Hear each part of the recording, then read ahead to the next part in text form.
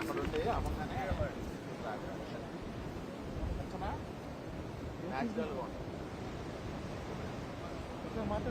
Check. Hello కోటి, hello.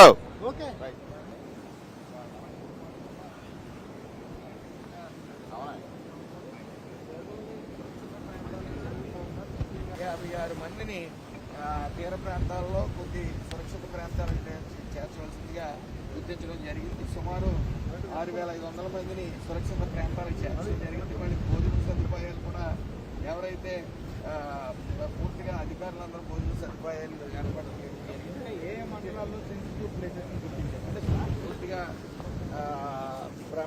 కొద్ది తుఫాన్ బారిన పడే అవకాశం ఉంది. మరి అన్ని గ్రామాల్లో కూడా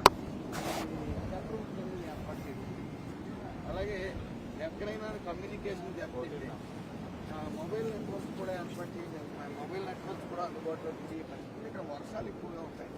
వర్షాలు ఎక్కువగా ఉంటే పాతిళ్ళలో ఎవరన్నా ఉన్నట్టయితే వాళ్ళు సురక్షిత ప్రాంతాలకు చేర్చడం. అలాగే పాతపడిపోయిన గోడలు కానీ పాతపడిపోయిన ఇల్లులు కానీ ఉన్న చుట్టుపక్కల ప్రజలను కూడా సురక్షిత